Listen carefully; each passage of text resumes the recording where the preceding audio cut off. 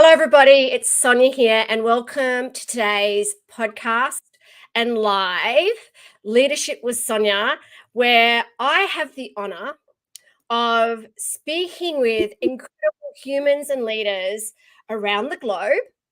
And we are speaking to the most fabulous humans and leaders at the moment who are our finalists in the 2024 Outstanding Leadership Awards.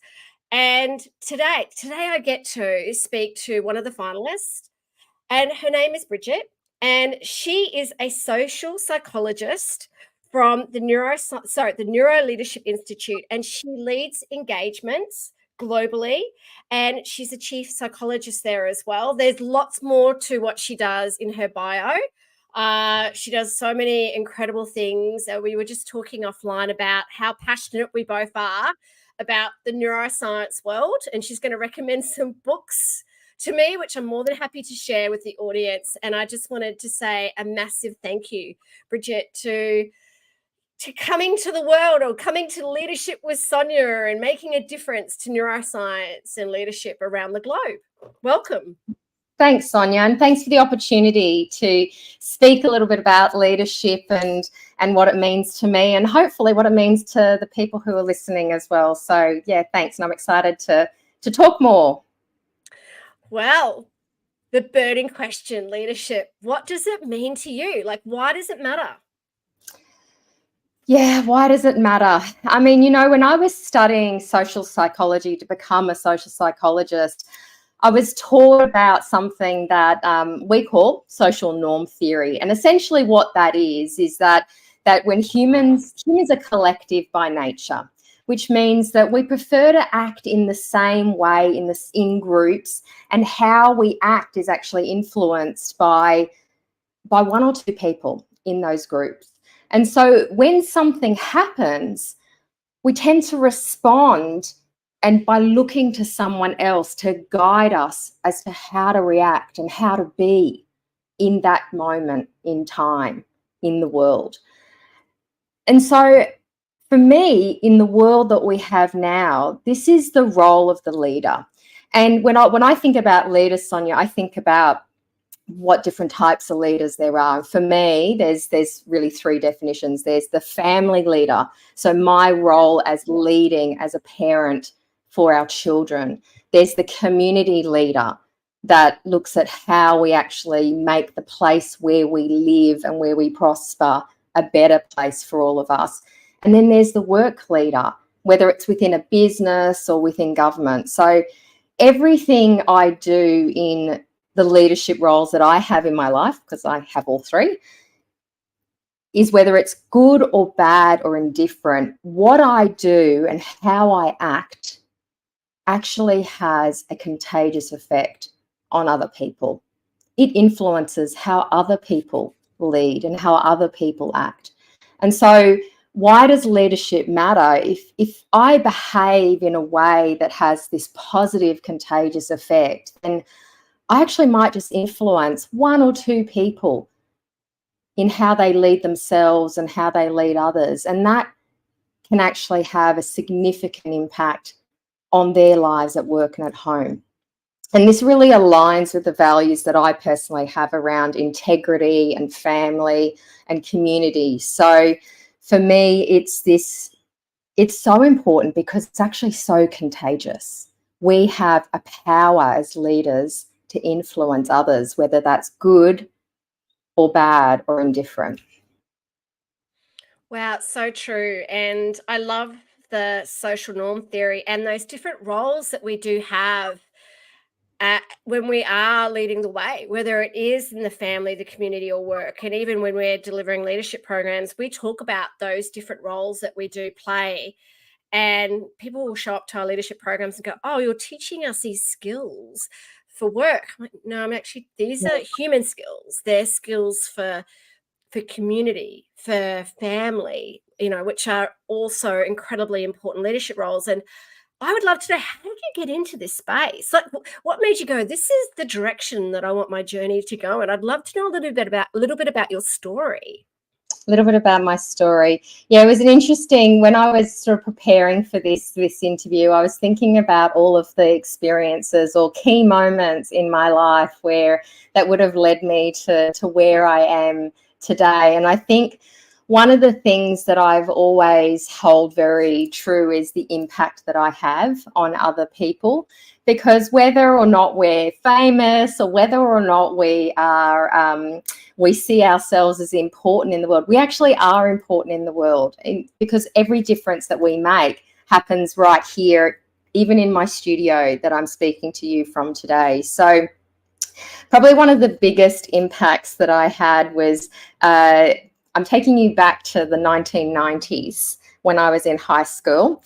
And I decided, I woke up one day and I said, Dad, I think I'm going to go and find and enroll in the best high school that I can possibly be in to finish my years of school. So I was in grade 10 at the time, and Dad was driving a 1971 Ford Fairmont chocolate brown, for anyone who remembers those. And he said to me, okay, go for it. He goes, but know that the best school is probably something that I'm not going to be able to pay for, so we might have to get creative. And so my dad's been a real role model for me in terms of leadership, because immediately he set some accountability to me. He told me what the obstacles were in advance, and he said, go with this with a growth mindset as well, which I did. And so I thought, what am I doing? How am I going to do this? So I decided, as the leader of myself at the ripe old age of 15, that I would write a letter to the school that I wanted to go to. And I would tell them all the reasons why I was the person that they needed to contribute for the better prosperity of the school. And a couple of weeks later, I got a phone call. My dad got a phone call, and it was the principal of this particular school in Brisbane. And the principal at the time said, we'd like you to come down. And I went down and I thought, what's all this about? I think I'd been to Brisbane 2 times maybe in my life. So everything was overwhelming. Traffic was overwhelming. And I walked into the office and she said to me, sit down, Bridgette. The first thing I want to tell you is this. In my 20 years of being a leader of this school, I have never received a letter to request to be part of the school from a student. I've only ever received it from the parents of the student. Wow. You've shown me a level of leadership that you actually can lead yourself and into the future. She goes, I'd love to offer you a position. And I looked at Dad and I could see Dad sweating, you know, like thinking, oh my God, his face looks very fancy. I said, thanks very much. But look, I don't think that this is the kind of place that someone, you know, of our background can afford to pay. Can we find a different way to make this work? And so 2 weeks later, I got another phone call and they offered me a academic scholarship. And I just thought that is, for me, that was such an important part of my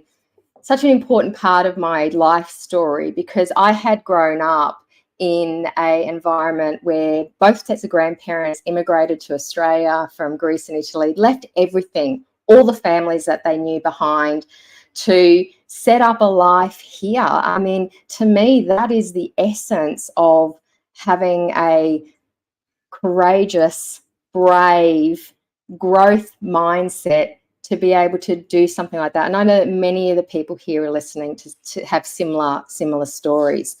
But one of the things that they said in me really early on is that they taught me the power and the struggle of actually how to balance being autonomous, you know, but actually having a go and doing something, having some control over the way that I did things, taking accountability for my actions, and also having the opportunity to see every challenge as something that I can learn from and grow. And so I think that is, for me, these fundamental parts of my story often come back to the celebrations and struggles that my family experienced, as well as, you know, the support that they provided. So everything I feel like I do today is with a sense of integrity, because I almost feel like my grandparents, who pioneered so much and carved the way for so much in the world of myself and my siblings and my cousins, they would be saying to me, you did what's right, Bridgette, not necessarily what's easy. What courage. Wow, that was you really leaned in there too. You really went for what you want. Something that, what a great role model, and something that we keep needing anyone that's listening or watching instilling in. Just if you want something, go for it. Like, just if you need to write that letter, write that letter or that email to go, you know what? I want to be part of what you're doing. I want to go for that dream job, or I want to be part of your organization, part of your school. And are we allowed to ask what school it was? It's probably better that I don't, because I was going to tell you, here was the experiment. So I went into this new school with people who I would never normally walk alongside with, So if you think back, the class divide obviously has gotten greater, but this is, I was the daughter of a mechanic, dealing with, neurosurgeons' daughters and all sorts of incredible people. And why I'm telling you this story is that it was probably one of the most emotional and frustrating experiences of my life, because I walked in there with this fresh mindset thinking, okay, there were so many opportunities to improve students' lives at the school, and I was living at the school as a boarder as well. And what I realised, Sonia, is that in a traditional way, there were so many fixed mindsets around how things are done around here. And for me, that coupled with being that sense of bias or that sense of judgment for being that little bit different, which again, we are talking about the 90s now, right? So you didn't have to be different to be really different. I think what it meant for me is that I learned so much around how the real world works. For me, I felt that I'm naturally very transparent and very vulnerable. And I'll give you a great example is that I missed my parents, my family. We were so close. So I have 4 brothers and sisters, so close.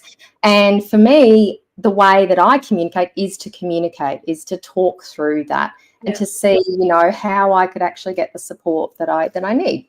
And sadly, though, the story that I said, look, I said, I really miss my parents. I'm going to, I was in grade 11, I was 16, so all the insecurities that a 16-year-old girl has. I'm going to see how I go for the rest of the year and see if I can actually do this, because I just really miss not seeing my family. Only seeing them once a term for me it doesn't feel like enough. They really fuel me. And so I learned the power of actually trust in that experience, because I was invited back down to the principal's office, who I think we had a good relationship. She expressed that she was interested in me, and she really, loved my get up and grit. And I was always coming up with new ideas and wanting to set up committees to save dolphins, or to, build trees, or to do something for helping people experience music in the community. Often came back with a no, but I was always kept going back. And she said, we will not be put on trial. And I'm like, what do you mean by that? So what I learned from that is that I may have been willing to experiment and try something new, but I can't always expect that from others, particularly if I haven't taken them on my journey as well. So anyway, with my tail between my legs, I actually left, and I went back to the school that I was at. And do you know what? It was the best experience in that way, because I learned about myself and all the things that I can do, but all the things that I needed to work on if I was really going to contribute and make a change in the future, which actually led me to psychology. And psychology and economics, which is what I studied at university, because I really wanted to understand from that experience what made someone think that they needed to that what I was doing was a threat to the school environment.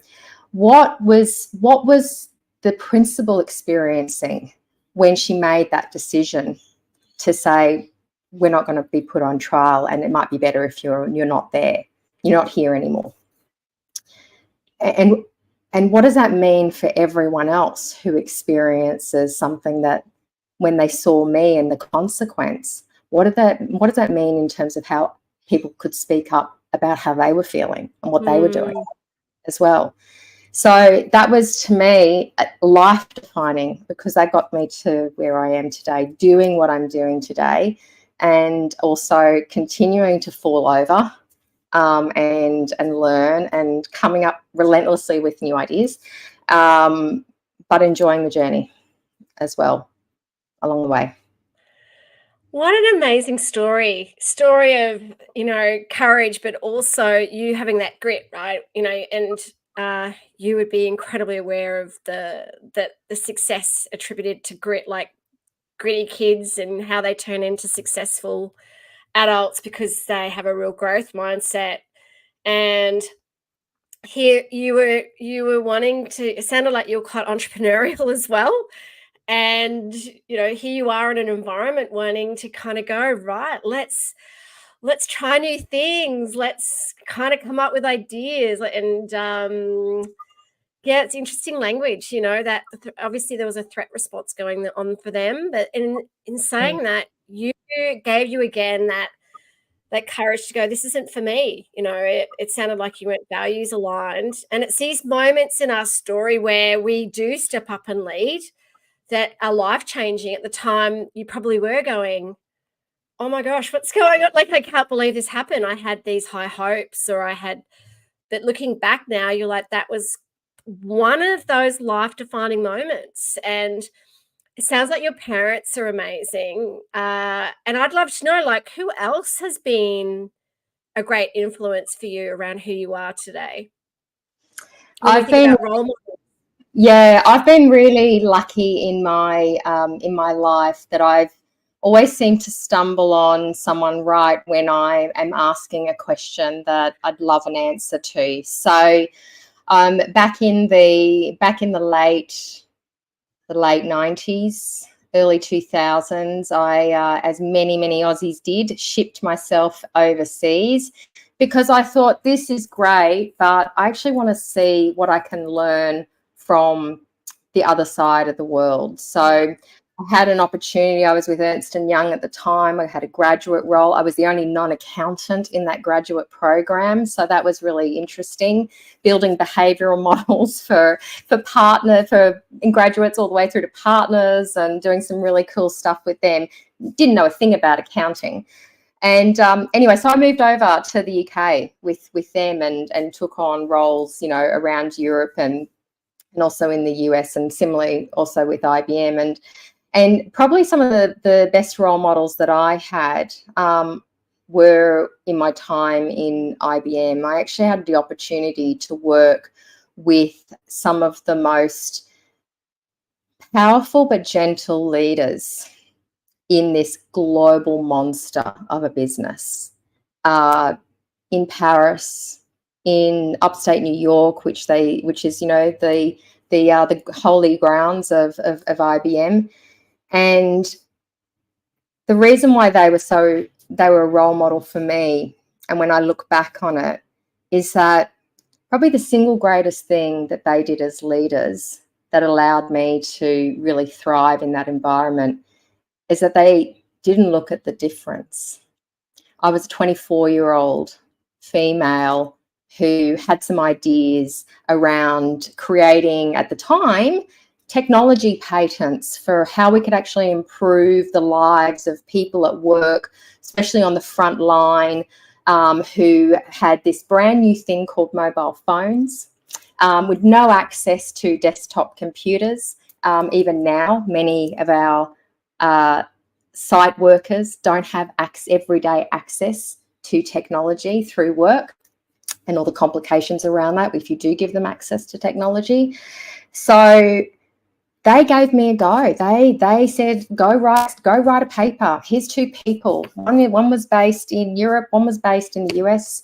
Go write a paper and say, what are the critical issues in designing something like this, so that you can give people that opportunity. And so we went away and we did that, and that led to us testing technology in Zurich. I never forget it. We were testing fingerprint technology. You can imagine now, like, fingerprint technology and scanning technology, how we could actually get people to do something really simple, as simple as, what if I'm sick for work? Do I need to go through the stress of phoning in and then not getting the person that I need to speak to and leaving a message and not sure if they're, they've picked up the message, and not having a confirmation that they've received it because it affects my pay and all sorts of things. Anyway, so we developed this technology, which is now patented and used by lots of platforms around the world still. And I got to speak at the HR, won an award at the HR Technology Summit in the early 2000s, and they asked me to present it because the leader at the time who really sponsored this, he actually didn't see me for who I was in a physical sense, but what I could be in a leadership sense. And so for that was probably my biggest growth curve. I trusted him. He had my back 100%. If there was an issue, he dealt with it promptly. He was always listening to understand, always listening, and also encouraging me to really, bring people around me who I could actually gain different perspectives of to try and find the right solution. So that was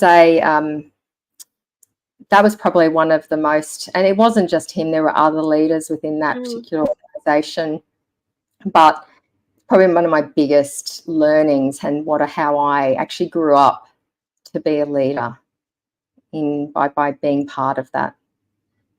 That sounds incredible. The difference working with great leaders makes a huge difference, and that's, when I say to people, have you ever worked with a not so great leader? And everyone's like, yeah. It's like, okay, how did that feel? Like, and it's like, did you work with a great leader? Yes. It's like, how much more wonderful is it to actually show up and work with leaders that are amazing, right? And how much more enjoyable and more motivated you are. And so, to you, what makes a great leader? Like, in your views, from your perspective, we all see leadership differently, but for you, what makes a great leader? Well, I think we're sort of talking a lot about that even here, a great courage and kindness and trust. And you can't, the one thing that always interests me, and I get to work with some incredible leaders as a trusted advisor, and also to lead as well within the different clients that I work with in the organisation that I work with. But great leadership doesn't just come to us. It's kind of like a formula. It's an outcome. So it's a formula of behaviours, these sort of habits that we need to have. It's about how do we listen deeply and listen to understand. It's about acting for the whole, not just for us as me, or for part of the team or part of the business. It's about acting in the spirit of the whole. It's about how we empower people for excellence and how we create great connections. We've talked a lot about this, and I, benefit of being a social psychologist is there's great dinner parties and there's great lunches with fellow, colleagues or alumni. And one of the things we always talk about is what are leaders missing? What's happening right now? Where are we falling down in leadership? And one thing keeps coming up, and that is around, our ability to connect with people. And it's another way of saying the woke term that I often hear. People go, oh, that's woke. It's about empathy, how we tune in to someone, how we understand them, how we inquire, how we ask questions that actually uncovers where someone is driving meaning at work, or where someone's driving meaning in life. And then how do we align that with what we need them to do as well? I think we have a significant gap and a challenge there. So that a great leader is a leader that is acutely aware of their need to be able to connect and tune in. I love that. I love that. Sorry. No, I was going to say I had a few others, but that's one of my favourites. Is around. I think that great leadership is about that sense of connection. I would absolutely love to know what others you have as well. But in terms of the connection piece, yes. I agree. I, funnily enough, was just talking to someone about this that I highly respect a few weeks ago. And this ability for us to connect is missing. Like truly connect, truly be present, truly be seen. Like if we're buying a cup of coffee or at Coles or Woolworths, are we connecting? When we're at work, are we leadership by walking around and connecting and being curious? And I think that I think as well, I don't know whether it's post-COVID or happened during COVID and the fact that, working environments have changed. I think we have become more siloed, more insular in terms of, are we really helping and serving and providing and asking people for help and, making sure everybody's well-being is okay. And, and this is why I'm putting the awards together, because not only to champion kind, courageous and inclusive leadership is to get people to connect. Yeah. Because together, it's about courage and community. Together, we can do so much. Oh, definitely. And, it's something that's needed. And partly I think there's this sense of overwhelm among leaders where this is a balancing act, right? We're trying to balance things that like between autonomy, giving people a sense of control because we've got a real taste of it during COVID. And we know it's actually more productive when we address, because it's a need that we have psychologically. We have the need to have the ability to be able to control how we begin our day and how we end our day, and sometimes some stuff in between. Balancing that with accountability is actually a leadership skill. Yeah. How we tune in and inquire and how we communicate to someone, and how we also show up as leaders where, leaders have the extra whammy of this power dynamics. The further up the chain we are in leadership, the less we see people as subjects that have a name, like Sonia or like Bridgette, but the more they actually see people as objects. And that's through no fault of their own. It's just the way that we present ourselves as leaders in an organisation. So often when decisions are made, they're not made with the humanity that I think that so many of our employees, if not all of our employees, are actually asking for now. That we almost need to lead with humanity and that human sense. Yeah, I think we're looking at putting a summit towards the end of the year on, and we were looking and talking to some different speakers, and particularly around the HR, the human resources space, and many of them are going, I think we're missing the human side of things. We're getting caught up in the AI stuff, and we're forgetting that at the end of the day, it's all about humanity, about humans. And I mean, my next question I'd love to ask is, what do you think our leaders of today and tomorrow need? Like, if we think about, change, they say change is constant. Change isn't constant now. Change is just change. It's just, and it's just the norm. And I do hear the whole overwhelmed is a huge word I'm hearing from a lot of my leaders, and I'm overwhelmed. I'm trying the pace. A lot of leaders are saying to me, do we need to learn how to deal with keeping up with the pace and leading change and things? I'm like, wow, like what do they need? Like for them to kind of, you think about that formula, and I know that no formula fits in with, like, everyone is very, very different. So it's about owning who you are and knowing what you want to stand for as a leader and who you want to be. But if there were a couple of things that leaders listening today, or, people that are listening today, to go, if I could learn a couple of things to help me be a great leader, what do you think they are? Yeah. And the hardest thing for us is, when we're thinking about how to be a great leader and what skills we need, is actually making it simple enough in a way that we're motivated to use it and motivated to act and actually lead that way, particularly when we're under pressure, because we're under pressure all the time. That's why we're overwhelmed. That's why we're burned out, among other factors. And I think that the biggest opportunity that we have is, as leaders, is to think about and improve the way that we engage and that we connect with ourselves and also with our other people. And so,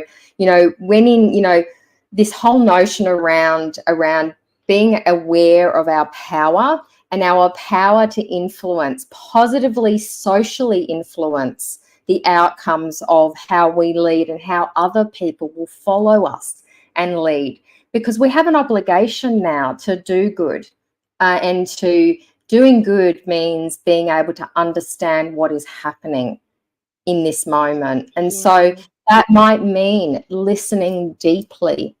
It might mean trying to unite people widely and trying to get as many voices heard, so that balancing between psychological safety and accountability, where employees feel safe to speak up, and while holding them accountable for the work that they need to do.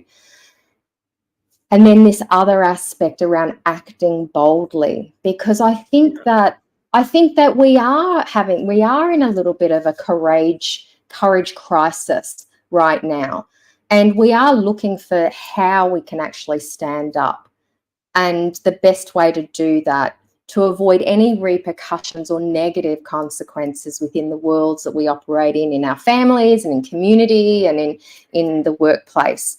And so at the end of the day, it comes down with how we interact with people, how we communicate with people, how we actually send, communication's like a radio signal.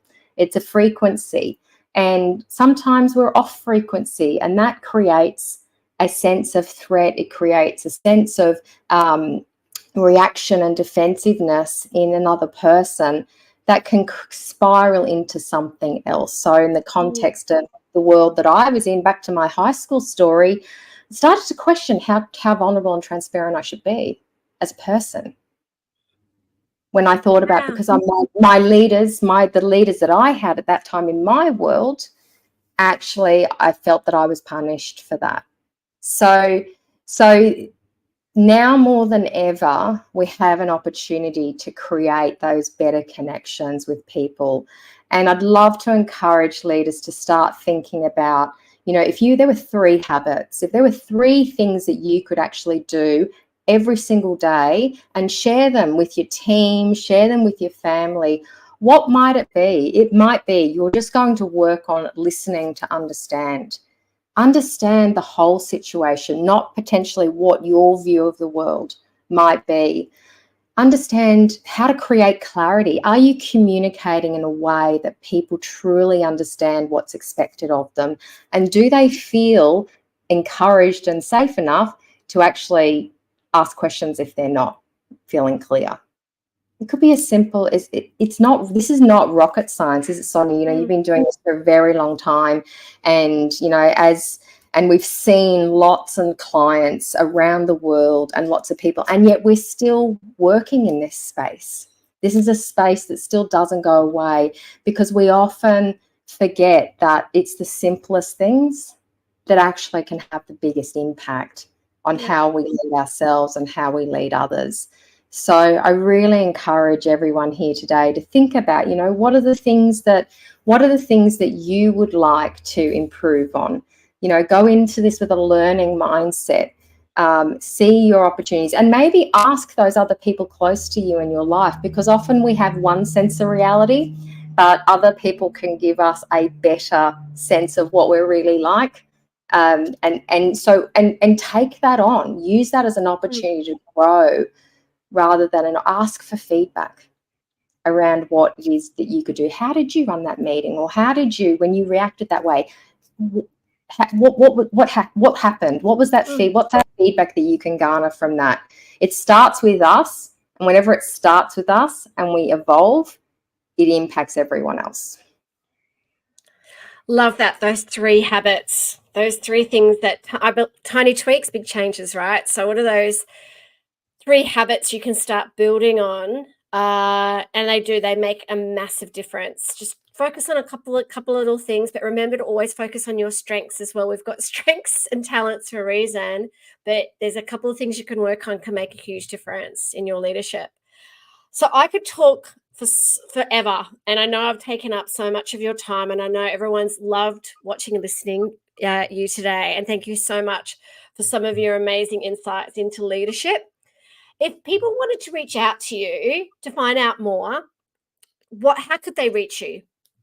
Just go onto my LinkedIn profile, send me a message. I look at that every single day. I can also send through my email address, but LinkedIn is the best way to get in touch with me.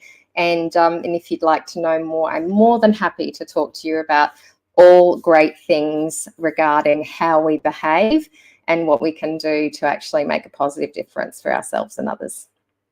That's brilliant. Thank you. Well, you've already made a huge difference to me today. I've really started to think about definitely how I can be connecting more, not getting kind of caught up in the overwhelm and the busyness. But also as well, I would love you to share what are some insights or anything you'd love to leave this conversation with today for everyone that's listening? What would be some final words of wisdom that you'd love to share? You know, I'm going to share a story because I do love telling a story, as many of you have probably already worked out in this short session that we've had. But so I worked last year with the largest bank in Africa, and incredible 22 country operation. And the CEO, his name is Sim Tshabalala. I always pronounce that wrong. A man of color, and he's dealing with all the silent norms of that dynamic among his leaders. And he brought every one of his leaders in to the oldest and largest cinema in Johannesburg in South Africa. And at that, he said the following. He addressed his leaders over the cinema screen and he said, "Great leadership can bring light and light up the soul of this organization. If we as leaders can do that, we illuminate the soul of our nation." So whatever we do impacts not only the person who sits next to us or that we work with in the next meeting, it impacts who we are at home, impacts the communities that we live in, and it impacts all those other people who will then do the same. So think about how you can actually use these habits to light up your organization or your part of the world and what impact that will have. And it very often helps us to really reflect and think about how we can evolve as leaders. I love that. I love that. What a great analogy, right? Light. It is about how we light that impact. It's leadership. We don't have to make it bigger than what it is. It's just about how we can make a difference and impact for each other. That's so true. It takes courage and kindness and connection. So thank you so much for your time today. It was such an honor to speak with you today. And I definitely would be connecting with you offline to go, love to know more. What are some of your book recommendations? How can we help you? So thank you so much. And we also cannot wait to see you on the 18th of May and at the Leadership Awards, which is going to be the most amazing leadership event of the year.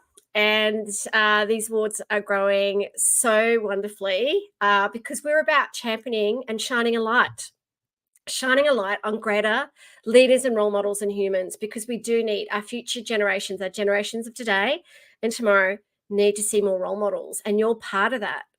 You're part of that legacy. So thank you so much for being part of Leadership with Sonia today. And it's been a real honor speaking with you.